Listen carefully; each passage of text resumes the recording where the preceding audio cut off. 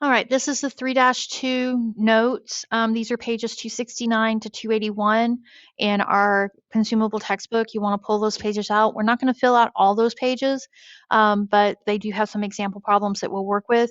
If you are doing the assignment in the textbook, those are on pages 282 to 287, problems 1 through 14 and number 16.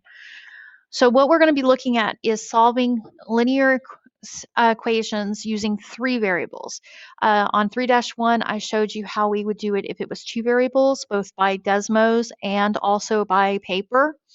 But when you have 3 variables, we can't use graphing like we would do when 2 variables. When you have 3 variables, you need what is either a 3D graphing system, which we do not have, or we can use what's called a matrix, which we do have.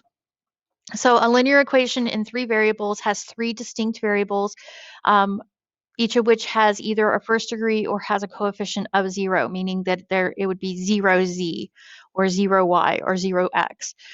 When we write our answer, we use the ordered triplet, which is XYZ, just like in alphabet, ABC, XYZ, same system.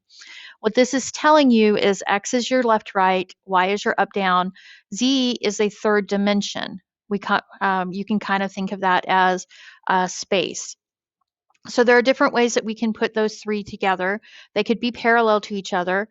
They could be crossing in one area or in multiple areas. But those are where there's 0 solutions. If there is one solution, it's where they're basically, it's like pieces of paper that are cutting across each other in 3 directions. The solution is the center where they actually cross, but we have to name it telling the X direction, the Y direction, and the Z direction. When they cross where it is a line being formed, the solution is the entire line, and that means that there's an infinite number of X, Y, Z's that can work. Okay, so I'm going to show you these. We can still use substitution and elimination, but I am not going to ask you to do that. We are going to use Desmos and what we call a matrix. So I need you to open up desmos.com/matrix with an X. And I'm going to switch to that so I can show you what we're going to do. Basically, we're going to take our 3 equations and we're going to write them where all we're doing is we're going to drop our x, y, z, and we're going to put just the coefficients inside the brackets. So we're going to take -2, the number in front of y is 1, 3, and then 20. So our x, y, z, and its sum. -3, 2, again, z has a 1 in front, and its sum, 3, -2, 3, and -9. Notice each of these signs stayed with the numbers. That's important. So even the minus becomes a negative when we're putting it in. All right, so we're going to take that matrix and we're going to create it on our website, desmos.com/matrix. And I'm going to show you how to do that. So when you open it up, you'll see the words new matrix. You'll click there. And then we have to tell it how many rows and how many columns. Well, if you notice it's a 4x4, that's not the right number of rows. Rows is going down. So how many equations there are? 3. And then columns is how many numbers do we have all the way across? Well, there are 4 numbers, x, y, z plus the number. So there's 4 columns. So you should have a 3x4. That's how we talk about it. And just so you know, it will always be a 3x4 if you're doing a 3 variable equation, 3x4. So -2, 1, 3, and 20. And we just basically fill in our numbers, not forgetting our signs. That's important. And it's important that we put them in the spot that belongs to that variable. So your x's should always be the first 3, y's in the middle, z's, and then your numbers. And it will always be x, y, z number. And then we hit enter, which is this enter key, or enter on your calculator or your keyboard. Now what we're going to do is what's called an RREF.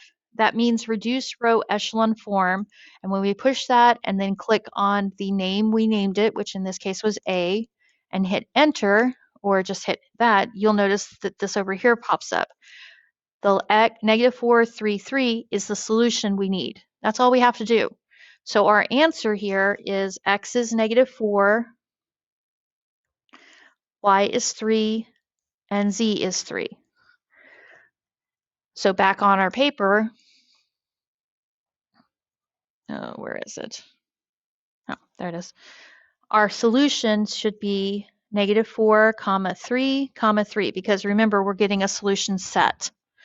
Okay, so we're going to do a couple more examples. I did fill out the rest of this so that if you want to fill it out and kind of explore it on your own, you can.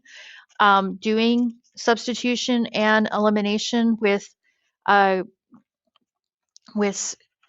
three variables can be very messy. As you can see, there's lots of different steps. I've also worked out number 3. Again, here are the steps. Go to desmos.com/matrix, pick 3x4 columns and rows, put in just the coefficients, including any negatives you see, so -z, and hit enter. Then click RREF, pick A, enter, and your solution will be in the XYZ form. So our answer was 131 when you hit RREF like this. So do number 3. Again, do not go through the elimination. So the next page you can get just zip out. Do the same thing. Make sure your equations are in X, Y, Z number form. If that's not the case, we have to do some rewriting. So X, Y, Z, X, Y, Z, X, Y, Z. Okay. So go ahead and do number 4 and 5. If we're using a graphing calculator, they are actually showing you how to do it on there, but we're not going to mess with that. I want to find a problem that actually does have something missing. Okay, so I'm going to help y'all out and do problem 4 with you. So this is problem 4. Now, if you're doing it on the textbook, this is the exact problem. If you're doing it on IXL, it's going to be a little different.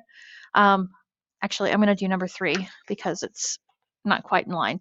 Okay, if you notice, we have X, Y, Z, X, Y, Z, X, Y, but they're not in the right spot. They're not lined up properly. So when we write this, you want to write down your matrix. I recommend writing X, Y, Z number at the top, and I use a dotted line to simulate the equal signs. So I remember where the equal signs are. So 4, 1, -2, -6. That one was good. X, Y, Z number, they're in good order. Now here, X, Y, Z. X is 1. I'm picking X and looking for my X there. Y, and since I don't have a Z, I put in 0, and then 0 for that. Okay, so one more time showing you Desmos.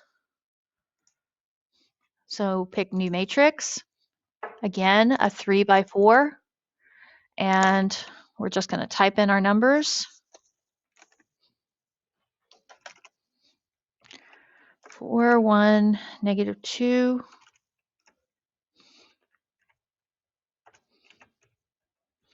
-6, 2, -3, 3, 9, 1, -2, 0, and 0. And then hit enter. And now we're doing our REF, but this time it's called B. So we're going to say B, and it gives us our answer.